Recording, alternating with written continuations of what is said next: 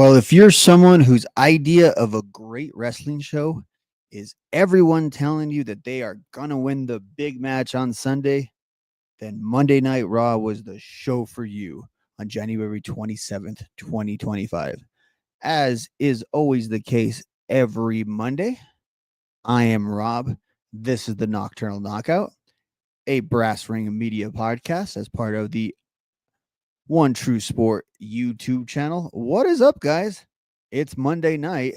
You knew we'd be here. You knew we'd be talking. Hell of an ending, says the boss. What's up, boss? Is this Bruce Springsteen or Sasha Banks we got here in the... Is it George Steinbrenner we have here in the chat? The ending was something. And the ending, I thought, was even extended and went a little longer than I thought. There was a point there where I thought Raw was done.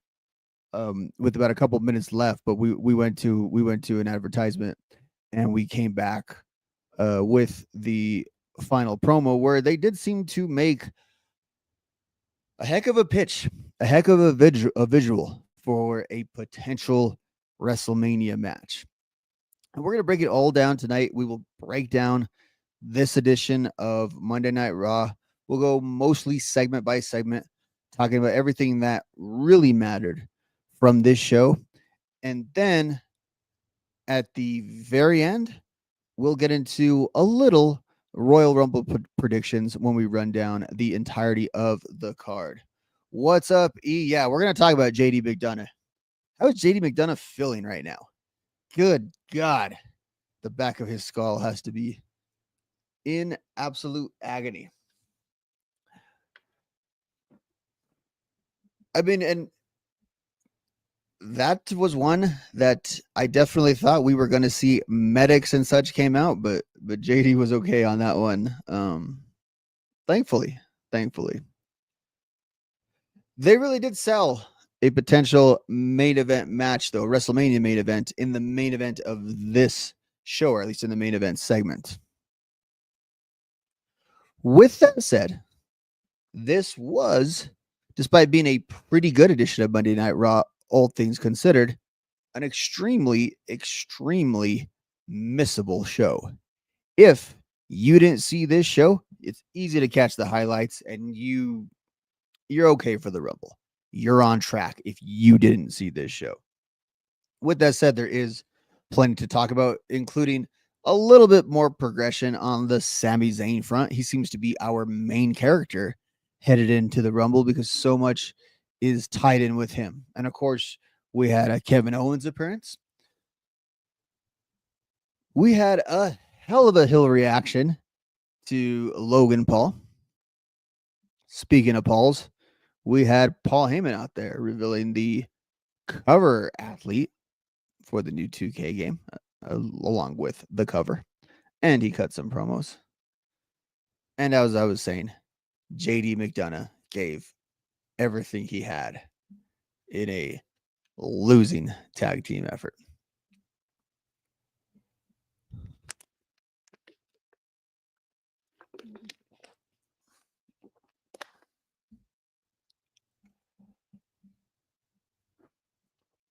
Now, if you want to get in on the conversation in just a second as we start breaking down Raw segment by segment, go ahead and hit me up right here in the chat the way E did, the way the boss has.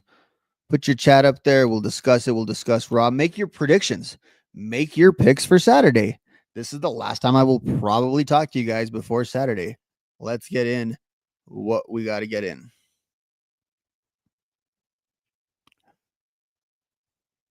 All right, so let's talk about it all.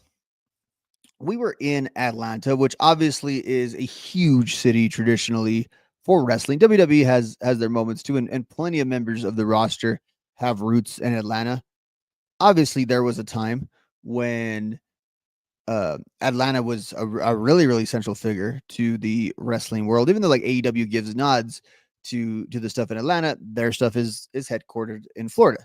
Same thing with WWE on the NXT side. With that said, I still think Atlanta is one of those cornerstone cities for them to visit, even if it is much more of a of a hub of Southern wrestling than Northern wrestling. But we got a hot crowd regardless. We got enough celebrities. We have an NFL city. We got NFL level of celebrities. And we opened up with a Seth Rollins promo where Seth is basically recapping the start of his year and declaring that he's going to turn it around after he got his big pinfall last week, and he's going to win the Royal Rumble. He's going to be back on track. Now, I've seen some praise online for this promo. I thought it was just long, boring, and meandering. Nothing really bad or really terrible. And it certainly wasn't the worst Seth Rollins promo you could get. But for me, this was a promo that was a little reminiscent of those really long promos he would cut in 2015 to open up the shows, those quasi Triple H promos. This never got as repetitive and as boring, but it did go on for quite some time. Now, eventually, we were saved by Gunther interrupting. And of course, they had to do their things. That was Gunther's role on the night, would be this opening segment to be interrupted by people telling him that they are going to win the Rumble. And it basically ended in the Gunther chat with him saying it's 2025 and you're not the best wrestler in the company now. Begging and begging for Seth to challenge him. Now, Seth did bring up his own history with the title that Gunther holds. I wouldn't do so if I was Seth Rollins. Seth Rollins likes to bring up the title that he helped create and build up. It's supposed to be this workhorse championship. Remember that? Remember that from 2023? First of all, there shouldn't be two titles in the first place. Not necessary right now. But if anything, I don't want to associate Seth Rollins in that title. That title and Seth Rollins have a bad relationship together. But I think it speaks to something bigger. How is it that seemingly no one in WWE knows what title belongs to who or when they have it? It just seems like a lot of title. That's my real title. I brought it, prestige. You have Kevin Owens still in titles. You have Jesse Ventura with conspiracy theories. No one knows what the hell's going on.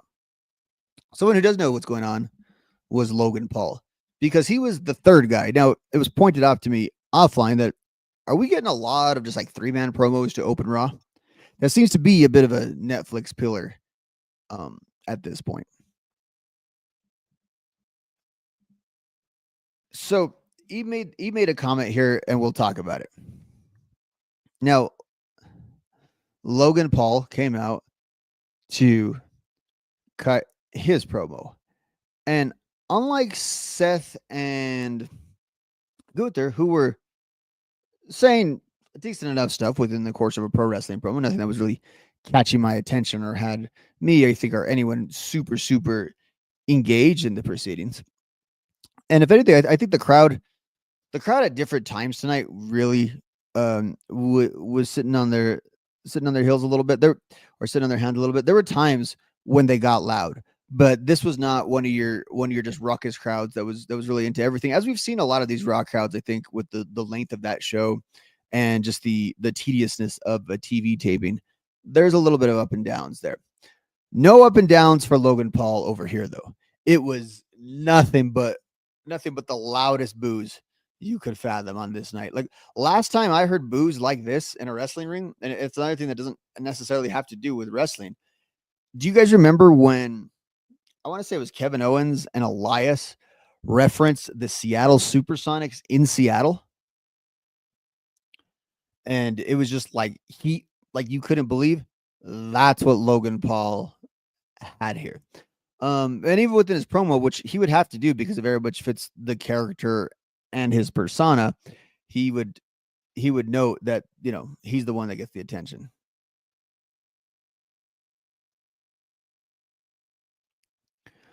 That whole segment, though, took up about the first 20 minutes of the show. And while I think it was a pretty standard, declare for the Rumble kind of segment, or like stake your claim in the Rumble and say you're going to win for the Rumble, which is pretty standard fare on go home Rumble shows or shows really close to the Rumble. This was about 20 minutes that felt rather unnecessary for a few reasons. none of a few being that like, well, I think there's a pretty good chance that maybe the Royal Rumble winner, excuse me, easy for me to say, Royal Rumble winner will want to face Gunther. I think that's very much a distinct possibility. I don't think Seth or Logan are serious contenders. Now that doesn't matter. And I'm glad that they have built it out this year with so many people that are legit main events. What's up, Eddie? So many people that are legit main eventers in this match. Everyone has to have a promo and everyone has to declare. It is the worst. And I think everyone would agree with it. Whenever you have one of these Royal Rumbles where there's like one feud going into it, one guy cares about it, and you know exactly who's going to win. Punk, we next see, the next major thing we see is CM Punk backstage with Jackie Redmond, and of course they're teasing uh, the Rumble. It might not have been Jackie Redmond. It might have been Kathy Kelly. I might be confused with my women there. Now that I'm thinking about it, because Jackie Redmond was the other interview. Regardless, the Punk promo was interrupted by Sammy, which is yeah, I don't want that to come back, boss. Trust me. Okay, it was Kathy. I don't want that to come back. A pretty standard babyface promo from Punk here, but he was interrupted by Sammy. Sammy was interrupting people all night. Sammy's all over the place. Sammy did note something, though, that of the two of them, technically, Sami Zayn is a main eventer. CM Punk isn't. Now, of course, in the pantheon of their careers, I think Punk is a much more decorated wrestler than Sami Zayn is, but that is a good point. Even if maybe it's a bit of a nuance point. Maybe 2 years ago, if CM Punk has fed that line, he can respond. What did he tell MJF that you'd get a two for you main event something at a 2-for-1 ticket to be so cheap and whatever he said in AEW. He should have let that one loose on Sammy. We also had Karrion Kross and Cody as part of interruptions and talking and all of that good stuff. Our first match of the night was the tag match with Dom and JD against the War Raiders. Now, this match was not great. The biggest thing that happened in this match, outside of the one thing we're going to talk about, was probably Carlito's distraction, which almost led to a victory, but ultimately Dom ended up taking the fall. But when you talk about falls, we're not going to talk about pinfalls. We're not going to talk about guys slipping. We could talk about JD McDonough. Now, I can't show it on the screen. There's too much images in there. WWE will flag it and take it down. But if you were not watching the show tonight, or if you're kind of listening in and out, or if you weren't paying attention, as I was taking a note the second it actually happened. And then Michael Cole almost had the Owen voice going, and then I wanted to pay attention to what the hell was going on. And when I popped into Twitter, typed in JD McDonough's name, and there was just about 1,000 little images of him throwing that flip. When someone gets hurt on a moonsault, you might think of them landing awkwardly on their stomach or the ribs or where they landed. This was like a moonsault, I think it was from the apron. It's from either the apron or the rope. I'm not sure exactly where he took off, but he flipped and then he kind of flipped back and landed right in the back of the head. I was wish I had like a wrestling action figure to show you guys, for those of you guys that are watching on YouTube that weren't watching when the show happened. I mean, this was brutal, and the commentators went to it right away. I don't know how that passes concussion protocol necessarily. Like, I don't know in the moment if those things are kind of determined, because clearly he was being looked at by the medical staff, and even when for that minute, if you notice that the Pat McAfee, who we were so lucky to have back on commentary this week, McAfee and Cole were standing up around him, so there may have been some legit concern, or they might have been selling it. I don't think you can sell doing that. Like, that was not planned, so you roll with it. But JD McDonough was able to continue in the match when it was all said and done. Well, I've been saying it's funny that, like, in the Triple H era, it seems like the tables never break. But maybe that helped JD McDonough's head, and as he is saying, that thing was right in the corner too, right in the corner. No, it could have been really bad, and you even heard Cole on commentary noting like, yeah, we clown on these guys a lot, but this is pretty serious. Um, Ultimately, outside of JD McDonough just completely bashing the back of his head, it's another Judgment Day loss. It's another Dominic Mysterio takes the fall. Don't know where any of this is really going. Don't really know if I care, to be honest with you. The the bigger, more important parts of the Judgment Day. It's not to diminish Dom. I'm just saying like Dom kind of plays off of a lot of these guys. In terms of Priest and Rhea have kind of moved on and moved away from the storyline. So now we're stuck with this disillusion of the Judgment Day, and it's just breaking down piece by piece.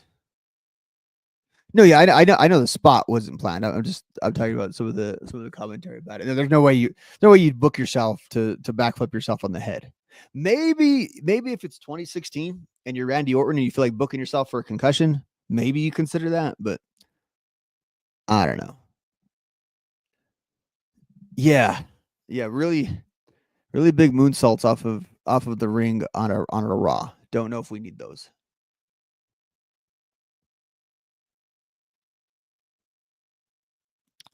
Backstage, we get some interaction with Ludwig and Pete Dunne, and they are united in their hate of Kofi and Xavier. They ignore him. But Xavier, he's proud from being from Atlanta. They did a kind of a little bit here where Kathy Kelly was just running off every single possible competitor from Atlanta to be one of Atlanta's favorite sons. But Xavier Woods is, and his parents. His parents were there watching him. His family was there, and this week it was his turn to lose to Rey Mysterio. Rey coming out with the LWO. Upon the entrance, it was announced that Zelina Vega will be joining SmackDown for everyone tracking. They also did announce, and I don't know if they've done this formally, but it's the first time I had caught it during this match. They announced that the transfer window would end. I don't know if they said the week after the Rumble or after the Rumble. So our whole transfer portal, transfer window era may be over. Maybe Nia Jax can finally find a freaking home.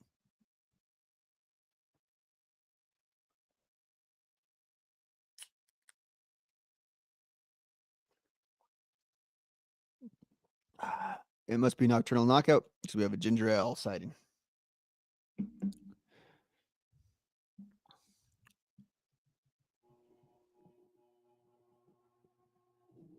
It's after the Rumble? Okay. That makes sense. That makes sense too, boss, because you're probably going to have a little bit of fallout. So as I said, Sammy and Seth finally got a chance to talk. Seth tells Sammy that the way he's acting around the bloodline has people concerned and all that. And then we have Jay walking out with Cuevo from Migos, which led to an extended entrance. Not as much Michael Cole this week on the entrance because we had McAfee back, but they were going and going and going, and it was the Jay entrance. Obviously, Jay just coming off of the loss on Saturday. I'm glad he at least acknowledged the loss, and it wasn't just all the smiling and all the frivolity, but he mentioned that he lost. He's got to move on, and he's got to get it done. Yeah, Eddie, it's kind of hard to see what the point of it even is now, to be honest with you. And it's also not made sense ever for Ray to really be in it in the same way. But the entrance was cool. And the declaration was okay. But again, it was, I think, another segment that really was just an entrance and a promo. And maybe that's all it needed to be. There was not a ton of the big brawling pull aparts. This is the Rumble. Are we gonna hold it together to the Rumble that you might get on a go home Rumble show? We didn't get that. We did get Lyra Valkyrie declaring for the Rumble because she has no contenders right now for the IC title. In case you forgot that Lyra Valkyrie was the Intercontinental Champion. That did help us transition into Liv and Raquel taking on Naomi and Bianca. There was another spot in this match that looked really weird. There was a spot that Naomi did where she did her move with the splits and all that, and she landed like she was just midair. I don't know what happened. I don't know how to which, but she just had to land in her splits. It was not good. But Dom tried to help. He tried to get involved as he normally does, but there was all kinds of chaos, all kinds of things happening. It looked like actually for a second, I really thought they had got the win. I thought Bianca and Naomi, I had bid on the finish, but ultimately you had the big slam on the apron to the outside. On I cannot recall if that was Bianca or Naomi. They were both going in and out of that point. I didn't write it down in my notes, but Liv did get the pin with the assist from Raquel. And then Bayley interrupted Liv. And backstage, Bayley was confronted by Io Sky. And I seen on Twitter Bayley putting up that they've got unfinished business. So there's a little storyline, a little nugget to the Women's Royal Rumble. We got a video package for Penta. No match for Penta this week. We have a video package with him declaring himself for the Rumble, which is great. Now, I don't know if Penta's skill set is really suited for a battle royal, but I'm glad to see him in there. I get the feeling that Penta would just like do a dive outside of the ring and eliminate himself Randy Savage style.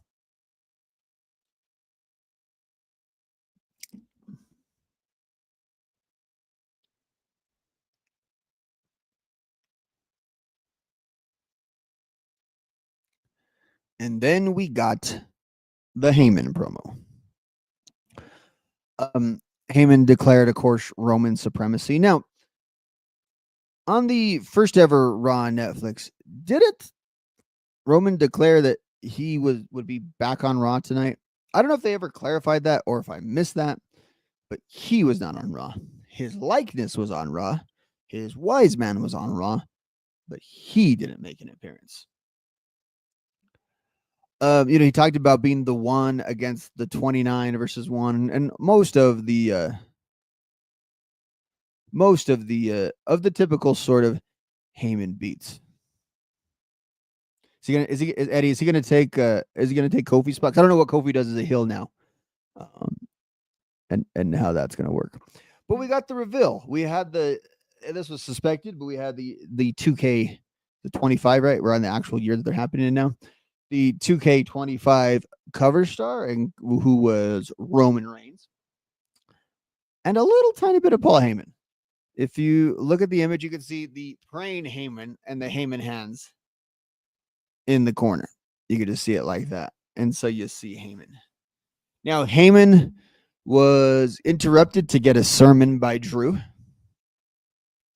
Mostly for Drew to talk about how he created the bloodline. Mentioned that he went to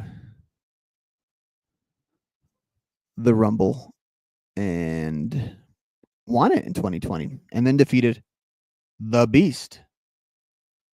And that sent Paul Heyman packing, where he had to find Roman Reigns at his weakest. That was the narrative we got there.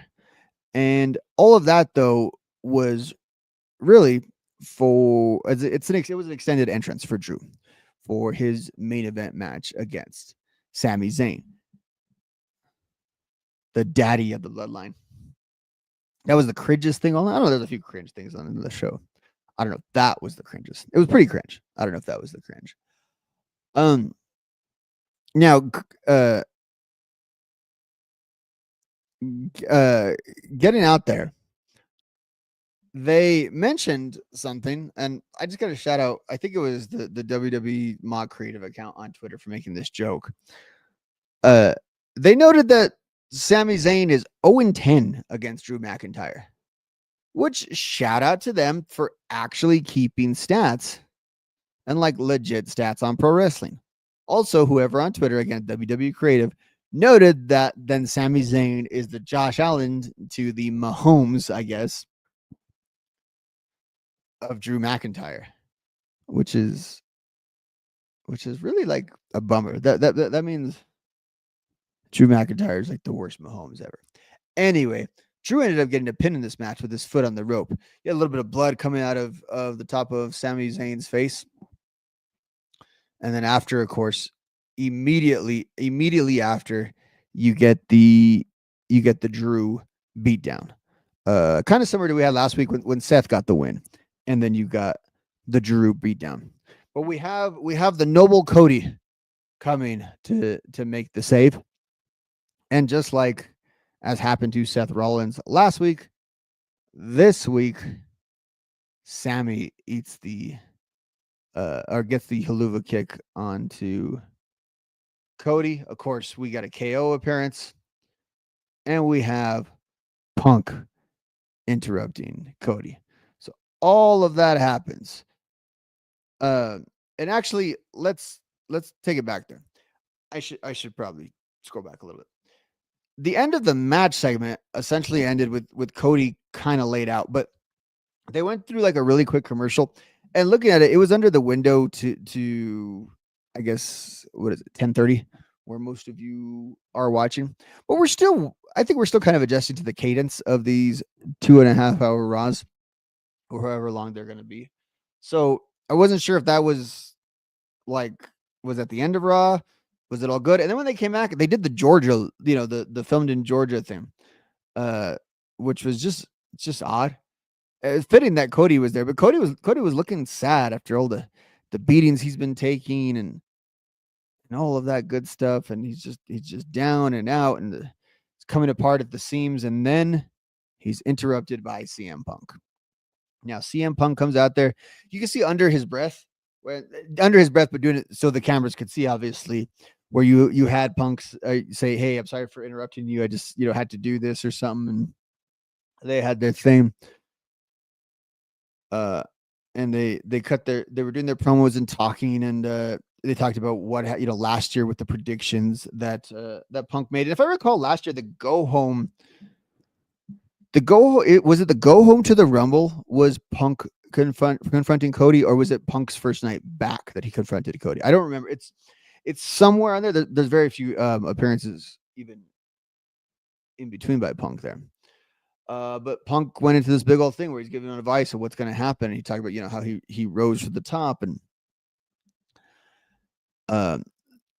people who have more momentum are coming for him, and he's starting to crack, and it's getting, Punk referenced his long reign, his 400+ day reign, and mentioned around the 300-day mark, which is right around where Cody is right now, that he started to feel like he was cracking. He was becoming someone that he didn't want to be, and all this stuff. Now, interestingly enough, it's that period of him as champion that did seem to really burn him out and led to his walkout. There's a lot of elements of him being champion that played into that.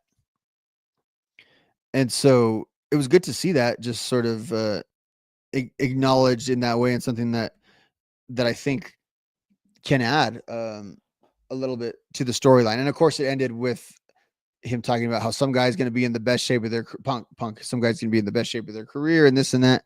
And unfortunately for you, that person is me.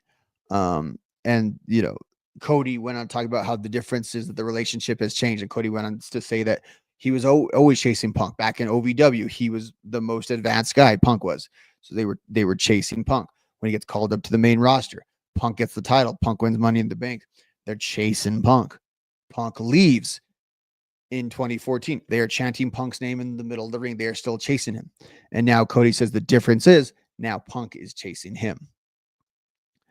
And so we basically ended it right there. What's up, Fernando? Glad you like Raw. And we ended with a stare down of those two. I would say a pretty good amount of tension, the way all of that went down. This was one thing. It wasn't about the little interferences. It wasn't about that. It was a segment about being the best, and what you got to do to be the best, and what's it going to take to be taken off of that perch. And that's always a good piece of business within the world of pro wrestling. Extended stare down, all that. What do you think, though? What did you think of Raw? It seemed like Fernando really liked it. But beyond that, what are your predictions? And if this was the tease of a possible WrestleMania main event, one that not a lot of people, quite frankly, have referenced, would you be okay with Cody versus Punk in 2025? Sound off in the comments section. I'm going to take a few drinks of ginger ale. I'm going to hit mute. I think I got to sneeze.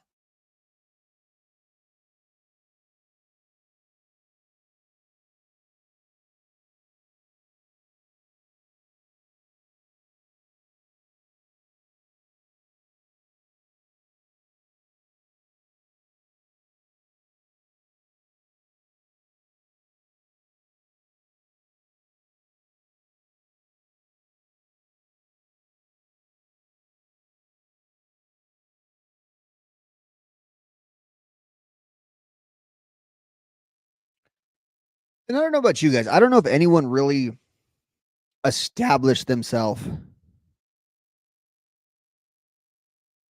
with the with their promos tonight within the Rumble. I don't know if anyone's position necessarily changed. I don't know if anything changed uh with that. I don't know, E. I don't know. They could have spoiled it. They could be throwing us off the set. I don't think Cody and Punk is a WrestleMania match this year. So I don't know. Could be though. They certainly presented the visual. They presented a compelling case for it. I wonder what that build is going to be like. How much are you going to have to reference leaving to go find yourself and all of that stuff? And that's another thing too. Even with these Punk feuds, and it's going to take a while because he was gone for such a significant part of last year. There's so many people that he hasn't feuded with. We do need another storyline in the Punk feuds that's not just you left for 10 years. That's what I'm thinking. So Fernando, I am very close to your predictions. I'll get into in a little bit, but he's got Cody and Cena on one side and Punk and Roman on the other. I think those are some solid picks, Fernando. Solid picks.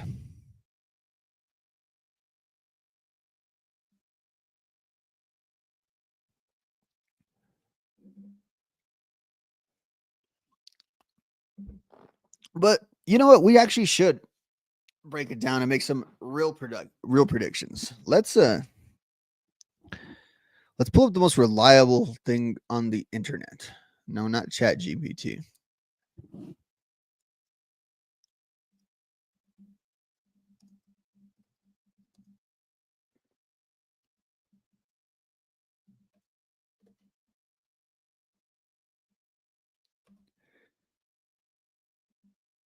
What do you guys think of some of those alternate covers too of the 2K cover? I thought some of those were pretty cool.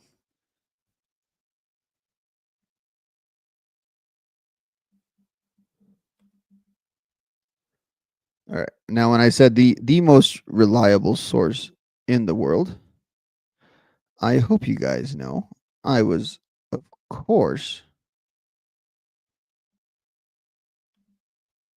referring to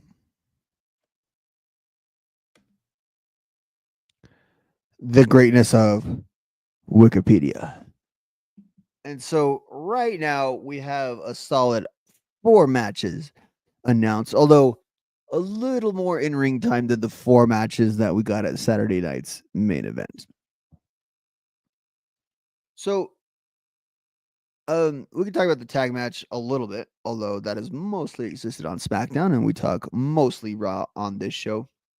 But you got DIY versus the Motor City Machine Guns, 2 out of 3 falls. And I believe this is the WWE pay-per-view of the Motor City Machine Guns. Very cool to see that. I've actually been enjoying them on SmackDown. I've always liked Motor City Machine Guns. I didn't care much when they put the title on Chris Sabin and TNA. That represents like the not watching of TNA time. I think this could be fantastic. My son does. I'll play a little bit. I'm not a big gamer, so I acquire the games sort of through, for them being around. 2 out of 3 falls on a night where you have 2 Rumble matches and a Cody Rhodes ladder match. That would have been awesome, and we weren't that far off from it. Match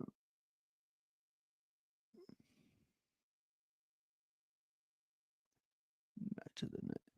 It could be. I'm assuming you're referring to DIY versus the Motor City Machine Guns. It definitely could be. I like the way that the DIY Hill team right now. I like the faux concern that they had a couple weeks ago. I like what they're doing with that. I think they're gonna go for a title change here though. So I am going to pick, and they just had the belts a few weeks ago. I am going to pick the Motor City Machine Guns, Sabin, Shelley. They're going to cross the line. And now, our singles match that's been advertised, our one singles match. It feels like these guys have been feuding forever, but the feud's taking a few different turns. But we've been stuck in this 2 title Kevin Owens interrupting section for a while. Cody Rhodes versus Kevin Owens. Now, when you say def title change, Fernando, you're talking about DIY or you're talking about Cody Rhodes? This will probably be pretty good. Kevin Owens is pretty good in ladder matches. In fact, he's great at ladder matches. Sometimes people don't end too healthy at the other end of ladder matches with him, but Kevin Owens and ladder matches, I'll take him. This has been building again forever over the titles, over the rightfulness of the pin, all of that. DIY will lose the tag team champs. Oh, you guys are good to see you guys are both in alignment on that. Cody versus KO. I think it's been too much of a year with Cody, too much of a run with Cody to take the belt off of him right here. Even if you were to, like, I would hate to do a scenario where you put the belt back on him right before WrestleMania or anything like that. And why would you take it off right now? One of Kevin Owens' job in WWE is to lose title matches at the Royal Rumble, and he will do so again. So you've got Fernando's got, let's put that there. He's got RKO. That's a good pick. So he's got Sam retains, Cody retains, senior opponent wins, maybe Brock appearance, highly unlikely.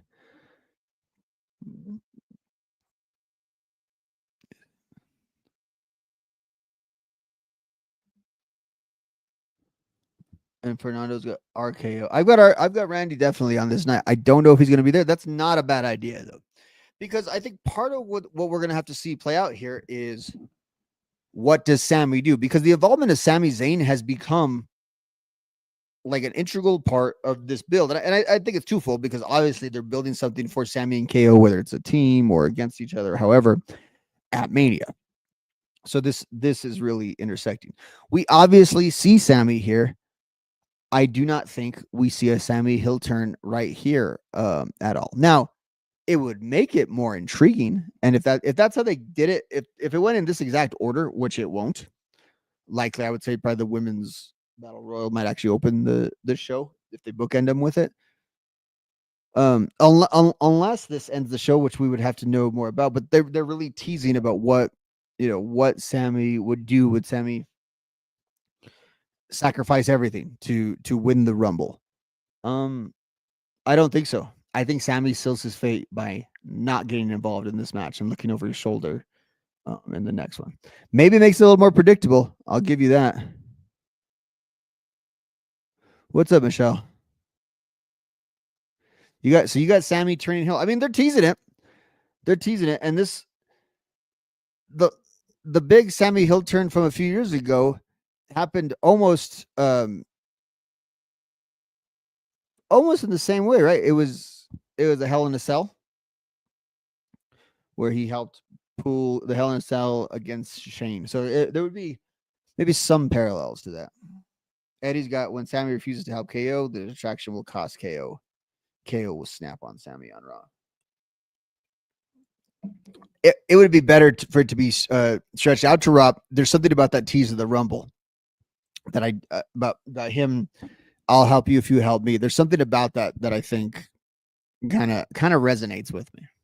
I just don't want to leave it. I don't want to leave it stuck out there. And now the women's Royal Rumble. Let's see what competitors they have listed here on good old Wikipedia. So according to the ever reliable Wikipedia. What'd you think of it, Michelle?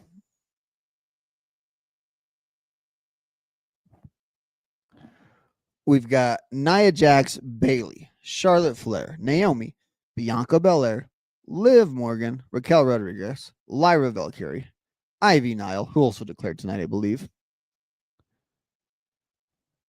and Io Sky. So Fernando has a hell of a pick. He's got Jordan Grace winning the Rumble and challenging Rhea to win the championship. That would be pretty cool. I would definitely want to see. Did I pick the last match? Yeah, I picked Cody. I would definitely want to see that match, and I would love to see Jordan Grace win this thing. That's one of the more exciting things about both of these Rumbles is the TNA partnership. Now you had competitors from Impact obviously show up last year, including Jordan Grace. I'm not sure if last year was a Mickey James year, but I want to say it was a Mickey James year.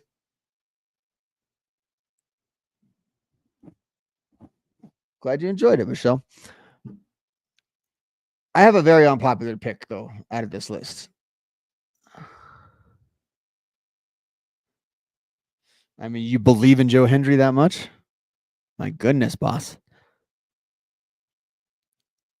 So, of all the names on here, there's only one I think is going to win, and it's going to be a very unpopular pick. A lot of you guys are seeing Cena winning the men's Rumble. Well, I will counter that, and I've got Charlotte winning this Rumble. I think all of this is building to Charlotte and the way they have framed it. I think Charlotte is taking the title from Tiffany. We're not going to do Rhea versus Charlotte 3. I just don't want to see it. Wait, why do you think, Eddie, that Joe Hendry won't be in the Rumble? We need to explore that.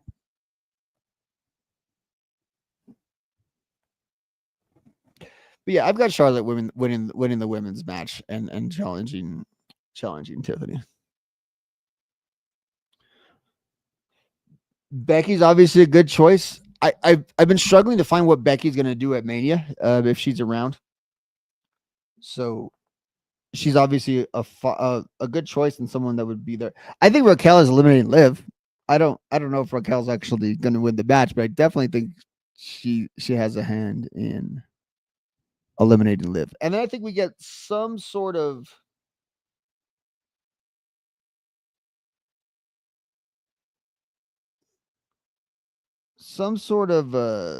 Becky versus Lyra seems to be a direction you can go in.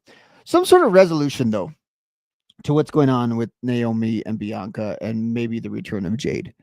I feel like that needs to be resolved, or we'll get further progress on there as we have the ever disintegrating tag team, the suspicions Charlotte is overrated as her drunk daddy. I don't think Rick is overrated. Charlotte just suffers from being overrated more so than being bad. It's really unfortunate.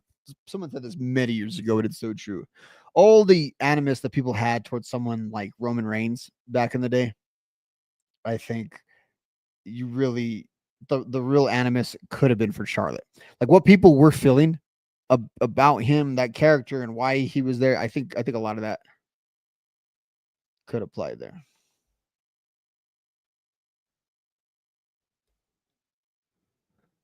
Well, it'd be great if he was in the Rumble. I love AJ as much as the next guy, but that ain't happening.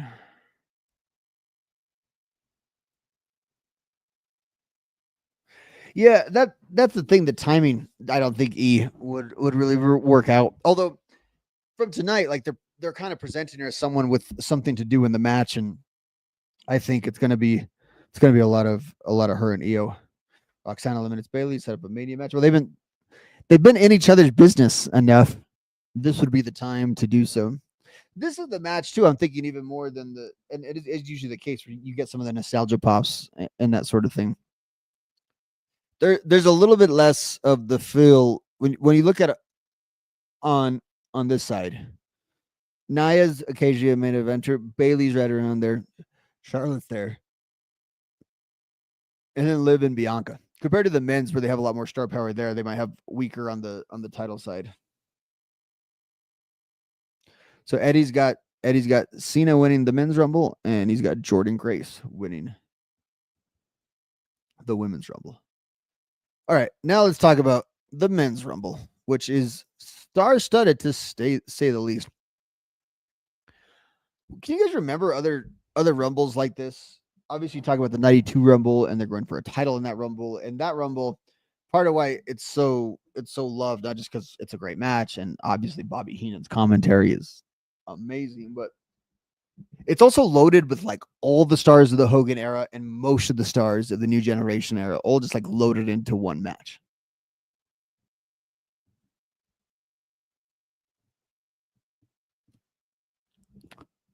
Got CM Punk winning it. Not a bad choice, Michelle. The most unpredictable open field ever. Yeah, I agree. Even at other times where they had a lot of good competitors vying for the top spot, I feel like you had a pretty good knowledge of who's going to win. Like 01 and 02, I think you knew Austin and Triple H were winning those rumbles respectively. And there's some rumbles that just, again, no one, like people forget to declare till this week. At least this week we were in like, week 5 of everyone saying that they were going to win. But of the listed names, and this is a who's who right here. Braun Breaker, Chad Gable, Penta, Logan Paul, Shinsuke, Sami Zayn, Rey Mysterio, Drew McIntyre, Seth freaking Rollins, Roman Reigns, Jey Uso, CM Punk, John Cena, LA Knight. LA Knight declared before everyone else. That's why I read his name off first. It wasn't in order of importance or likelihood. You look at the names on here, there's interesting names. If you look at the non-current main, like all the time in the main event guys, you've got Jay, who hovers there, but largely could consider a main eventer. You have LA Knight, Ray, who's who can occasionally touch the main event or has been a former main eventer, Shinsuke, who's a mid-card title guy, Penta, Gable, and Breaker, who currently is the IC champion. Of all those guys, I can't rule out Logan Paul, although I just don't think it's going to happen. This is not the year. At some point, Logan Paul may win a Royal Rumble.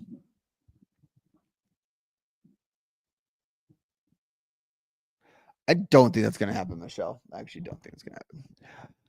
Of those guys, I think definitely Braun Breaker is a future Royal Rumble winner. I think you might even say the odds for him at next year's Rumble would be fairly significant. I also think that Braun Breaker is going to have a bit of a showcase in this match. There's going to be a few moments where Braun Breaker just throws everyone out of the ring. His elimination, though, I think is going to be key. Now, of the main eventers, you have Drew, Seth, Roman, if you want to include Jay, CM Punk, and John Cena. These are the real power players, and I think this year it feels like the winner might be coming from this group right here. Now, going off of tonight's show, there were not a ton of mentions of Cena, although Cena has just a big presence in the Rumble. Doesn't Strowman have that? How do they work that for Don, though? Because they also include sometimes the Saudi Rumbles with that. No, I think he's going to be out for a little bit longer, Michelle. So Cena's obviously got a ton of hype on him.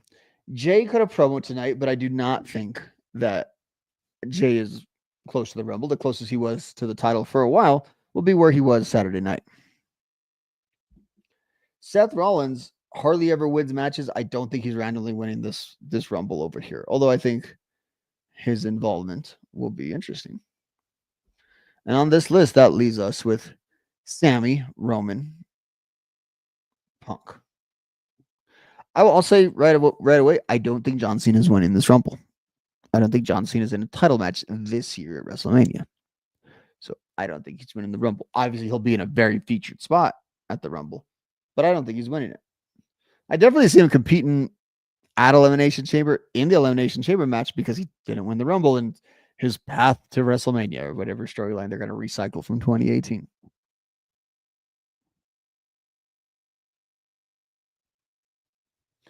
You know what? I haven't declared, Eddie. That's a really good question. Because unlike the guys who sort of just came off of title matches at Saturday night's main event, he just came off of like a match, which would be super interesting if he's in it. So I'm gonna again. Now we're down to Punk and Reigns, which I think could be one half of one of the WrestleMania nights. I don't think either one of them is winning though. I think they're gonna eliminate each other, or they're gonna factor into each other's elimination. So that takes everybody off of the board. I am going to say that this year, the 2025 Royal Rumble will be won by Randy Orton. I think Randy's going to get a huge pop for the comeback. R-Truth may win it all, I think.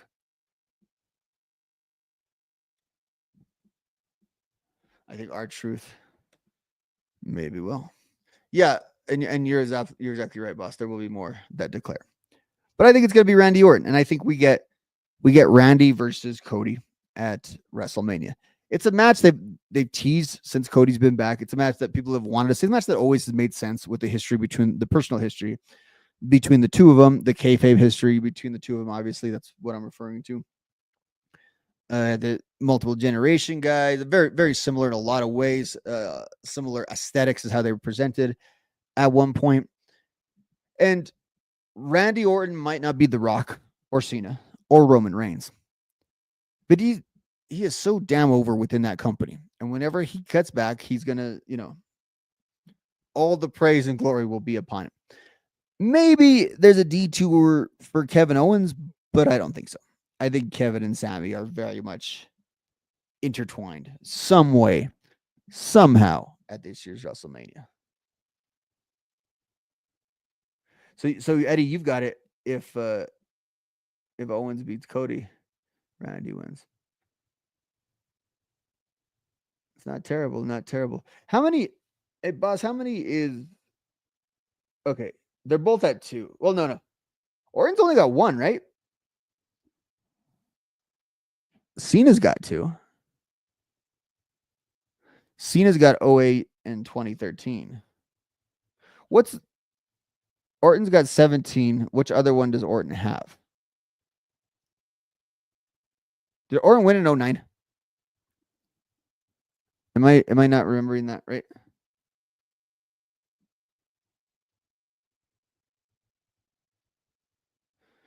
Well, and those feet, boss, and Vince's quads, Or no, 09. Yeah, that was when he was killing the McMahons. I've never watched the 09 Rumble. I don't know why.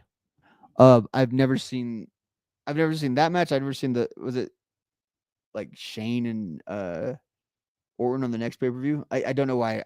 I never saw those. I never went back and watched those.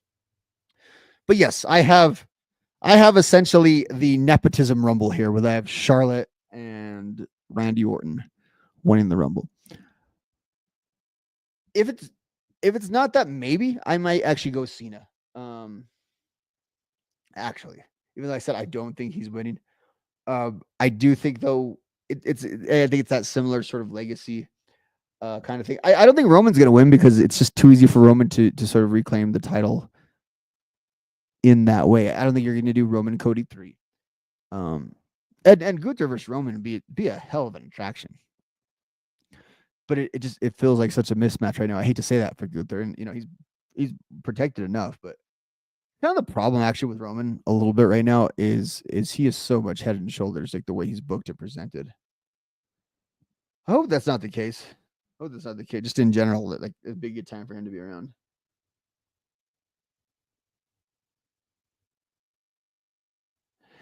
And they may do it. They may do it sooner than that too, Eddie. That's the other thing. But I mean, I don't think you're necessarily wrong. And there's the one thing about us, we keep saying that there's no clear cut favorite, and there's tons and tons of possibilities for WrestleMania, and I think all of that is true. I think that this year though, it's like an honest truth to it that we can say because there's legit everyone I'm looking at on my screen. I mean, Chad Gable, I can say has no chance of winning it. Shinsuke Nakamura, Penta, Rey Mysterio, LA Knight. On that list I just read, although those are the only ones that I'm pretty sure aren't going to win this thing. And so when you have a lot of these guys, that means you have an open WrestleMania. And still, whereas the last 2 years, I think the WrestleMania main event was just very clear on where it was going to be and how it was going to go. We still have things to sort out. There's lots of pieces. You would love that, wouldn't you, E? You know what? You know what, E? We're gonna put that up. We're gonna present that without comment, E. See what happens with the when you came from YouTube. I was say, see what happens with these RVD Twitter people.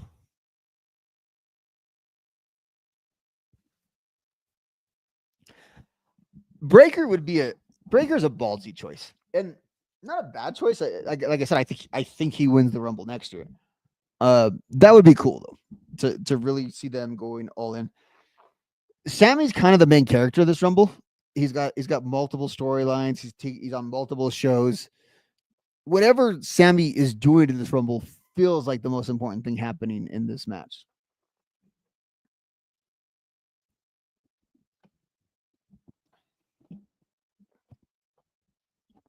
The mob jobber.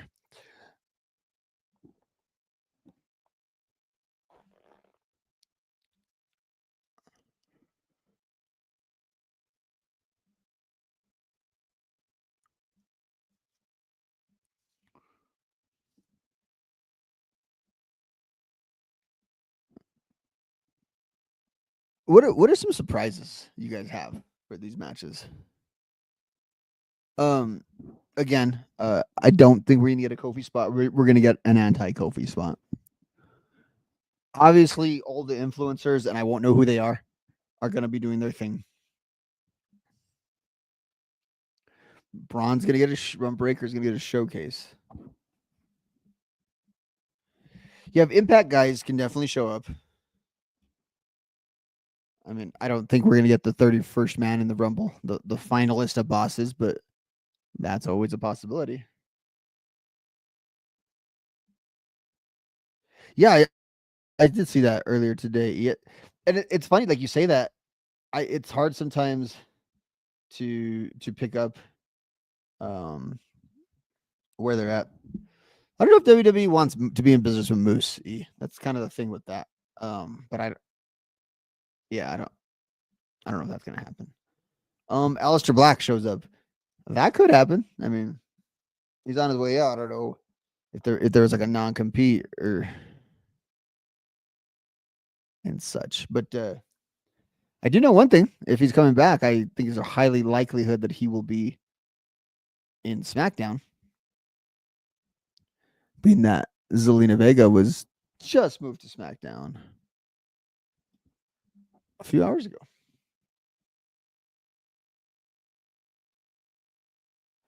Yeah, Obi Fema will be in there. He will not win. But that's not a bad move.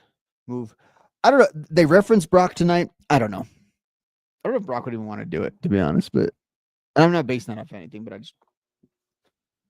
don't know if that's where I don't know if they want that headache right now. They might not care, but they got some momentum. Hey, like I'm pretty sure we went to bed on Monday of the Royal Rumble week last year, thinking everything was like kind of normal, even though like the company was being sold that week and stuff. And then later the week, all hell broke loose. Like both in kayfabe and way more importantly behind the scenes. It was just it's been like a crazy treadmill ever since. So just remember that as we seem like we have a calm week going into the Rumble. Maybe Hardy's appearance are gonna be the rest of the company. So if they do a Hardy's appearance though, they're gonna hey, AJ Lee gets rumored like every other day. Sable's not showing. A Hardy appearance, I would like them to mimic what they did in 2017, though. I need Jeff to be selling in the hotel that he's hurt and going to bed, and then you just see him on TV. I know the Hardys are doing fine in TNA, and it seems like Jeff's got things on track, but I'm still just not okay with Jeff Hardy wrestling. I hate to say it. Miro would be awesome. Another chronically unhappy dude.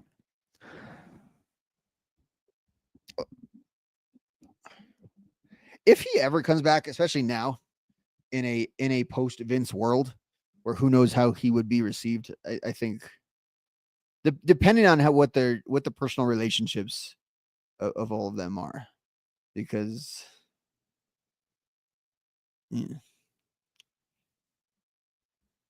yeah, Vince like being perplexed that Miro could have a woman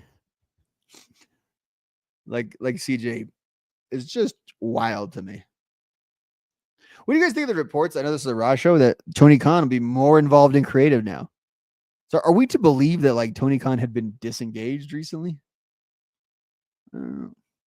I did watch Collision, guys. You know, I'm not a big AEW watcher right now because of the show, but saw the Collision, saw the Tony Storm segment. I thought it was great. I thought that was awesome. Though the show as a whole pretty good. Collision's always good when I check in on it, but like again, it's another show that I feel like I can miss. Whereas, you know, Dynamite has the big things that I'll check out.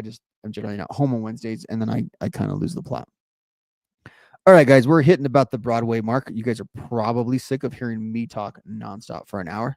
So I will sign off after a few more swigs of the ginger ale.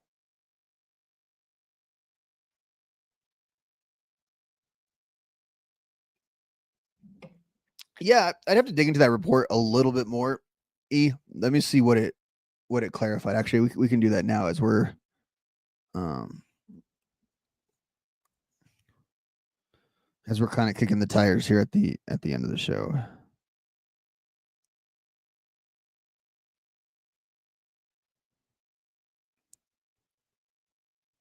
Let's see. We'll go on the Wrestling Inc. So Eric at Wrestling Inc. here.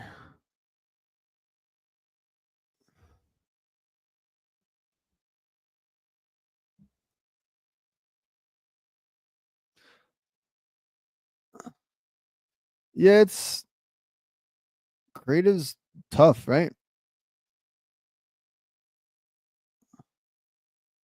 And every wrestling fan, which Tony Khan I think more than anything is, feels that they can do. That's the plan. Is right after the Rumble, I'll be popping on here and doing all that.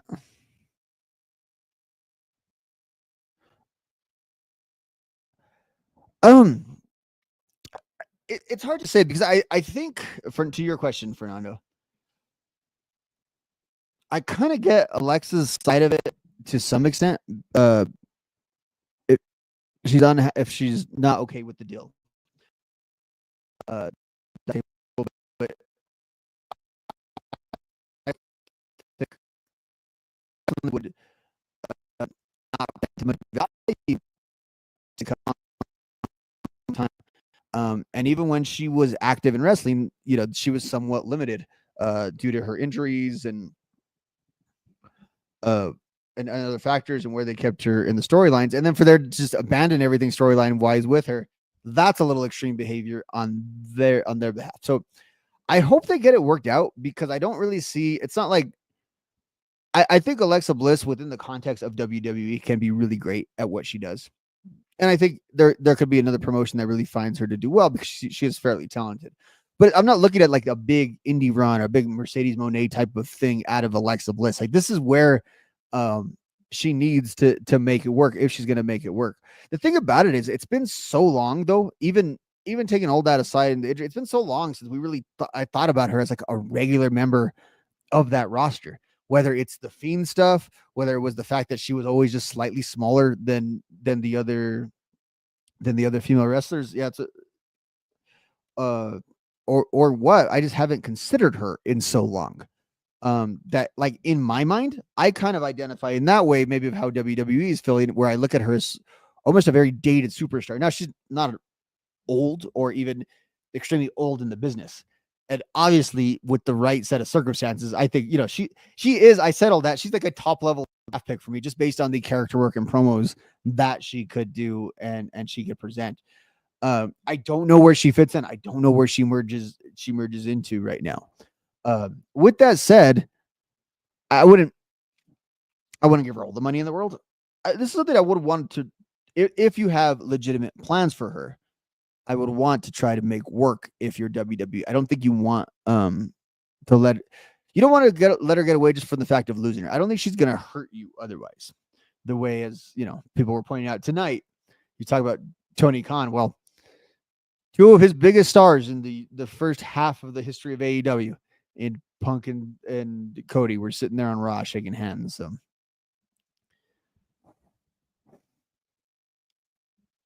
Alexa's someone that I could almost see more in like and I don't know if she's good like in the role that like Renee does on AEW.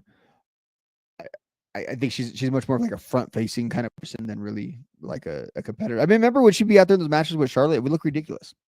I think great, great with the character, great with the promos, quick on her feet and all that. A real talent. But like you have a lot of talent right now. And you got to figure out where all the pieces go.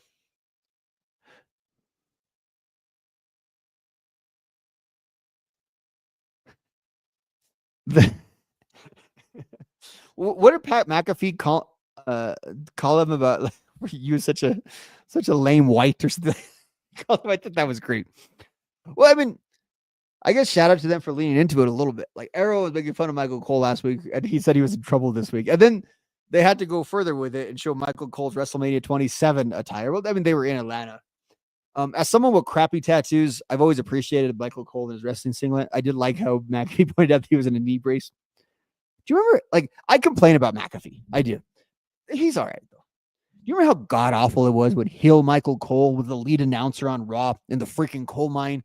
Get just those rambling promo. I mean, I'm rambling right now. You can imagine what Michael Cole sounded like. It was terrible. It was terrible. The heel announcer should not be the voice of the company. Let me get to this Tony Khan thing. I keep getting distracted here.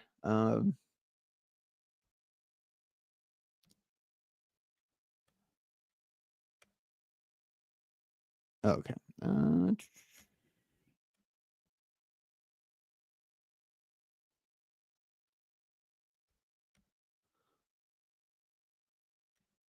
We're going with Wrestling Inc. for this one.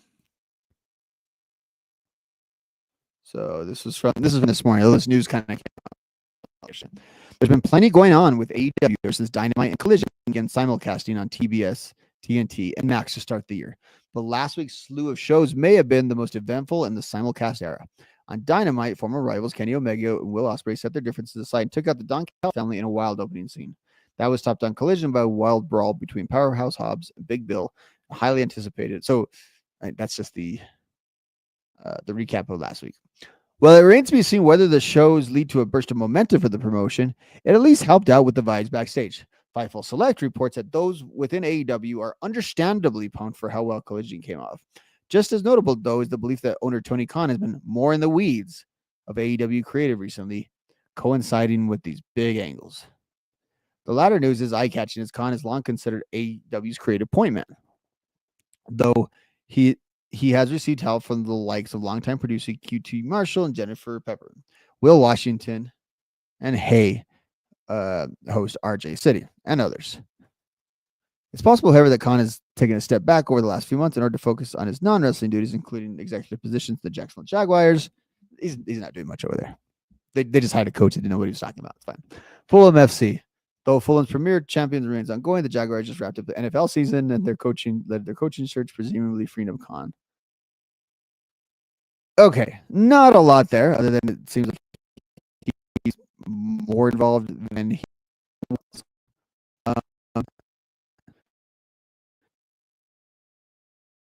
That's what QT Marshall for the things that have been going wrong. No, but it does seem like there has been. That's how I really feel, Eddie. I don't know. I want to say momentum, but like those big sort of fillings around some of these AEW shows. And I say like I watched Collision. I had watched. I don't watch Collision since like one of those CM Punk editions, way back when it started. Uh,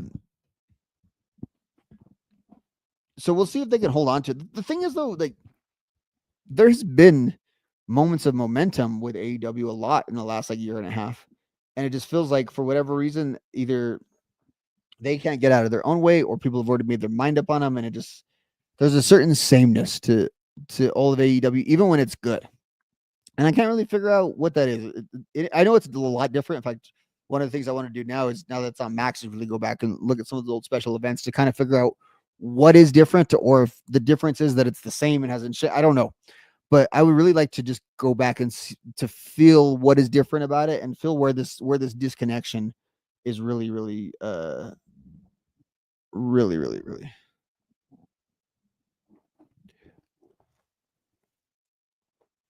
You should take advice from Jerry Lynn, just generally, Eddie.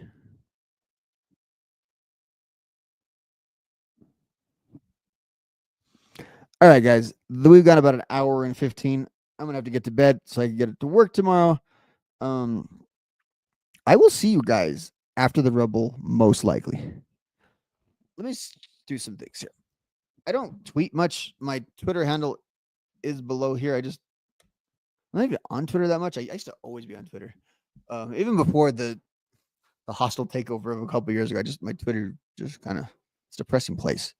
But you can follow me there on Twitter. I have the same exact handle over on I jumped on the Blue Sky bandwagon just because I wanted to find the people who weren't on Twitter anymore. And it really just looks like old Twitter. So I don't follow a lot of people, so the timeline isn't very good. But if you want to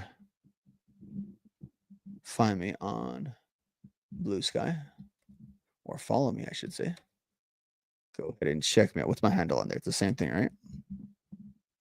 Rob's MV at Blue Sky on social. Go ahead and find me on there. I'm going to start making that a little more of a place to hang out. Been very bad at social media for like a long time. So I want to go ahead and do that. And don't forget too to catch all the other shows here on One True Sport. I love on Saturdays, on these pay-per-view Saturdays, where we've got the show in the morning, and then the Kick Ash podcast, and then I'm closing out in the night.